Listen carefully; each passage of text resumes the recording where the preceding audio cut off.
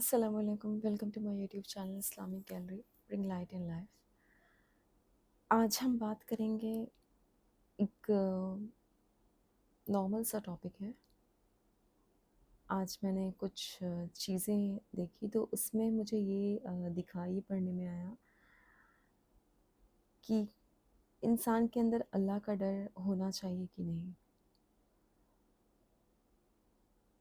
آپ جب قرآن میننگ کے ساتھ پڑھیں گے یا پڑھیں گی تو آپ کو یہ سمجھ میں آئے گا کہ خدا کا ڈر ہونا چاہیے۔ کسی سے مت ڈریے، کسی سے ڈرنے کی ضرورت نہیں ہے۔ ڈرنا ہے تو آپ اللہ سے ڈریے، اور اگر آپ اللہ سے ڈرنا شروع کر دیں گی یا کر دیں گی، آپ خود دیکھیں گی کہ آپ کی زندگی میں بدلاؤ آپ محسوس کریں گی۔ دھیرے دھیرے بدلاؤ آئے گا، اچھا بدلاؤ آئے گا، برا نہیں۔ کیونکہ خدا ہے جو ہمیں ہر غلط کام سے منع کرتا ہے۔ ہر غلط کام، جو بھی کام برا ہے اس سے اللہ نے منع کیا ہے۔ اور آپ یقین کریں، جیسے شراب کو لے لیتے ہیں کہ ایگزامپل، الکوہل۔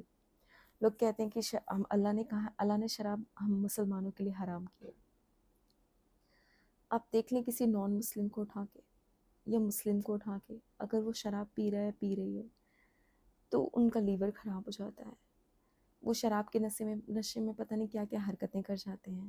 آپ نے دیکھا ہوگا ان کی لائف اسٹیبل نہیں ہوتی ہے، نہ ان کو سوسائٹی میں عزت ہوتی ہے، ان کی خود کی دنیا اجڑی ہوئی ہوتی ہے۔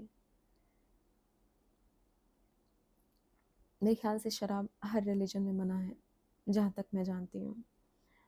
لیکن اللہ نے اس ہمارے ریلیجن میں تو حرام ہے بالکل، مطلب ہم چھو بھی نہیں سکتے ہیں۔ لیکن اس کا نقصان کتنا بڑا ہے۔ جو بھی چیز اللہ نے حرام کی ہے نا، اس کا نقصان ہے۔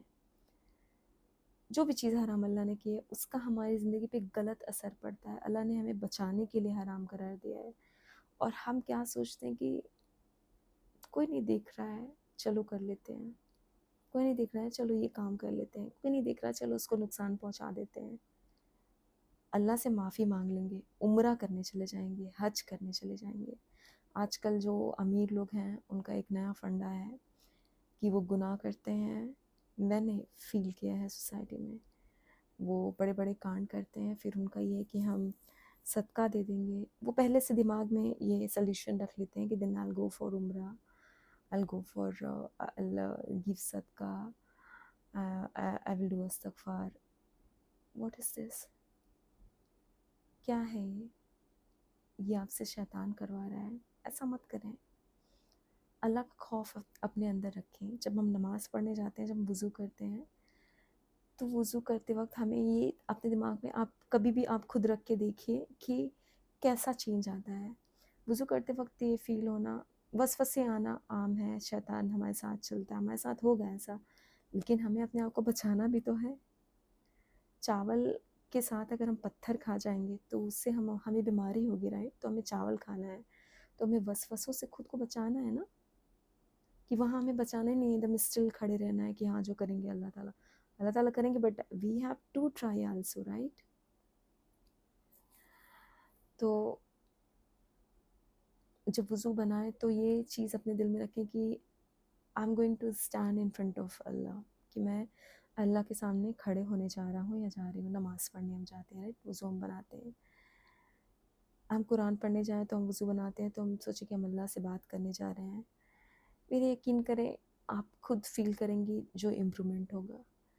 یہ نہ سوچیں نا کہ لوگ دیکھیں گے تو کیا کہیں گے، یہ سوچیں نا کہ اللہ دیکھے گا تو کیا کہے گا۔ اور میرا یقین کریں کہ پکڑ کے اللہ آپ کو آپ کے گناہ کا عذر دے گا، پکڑ کے۔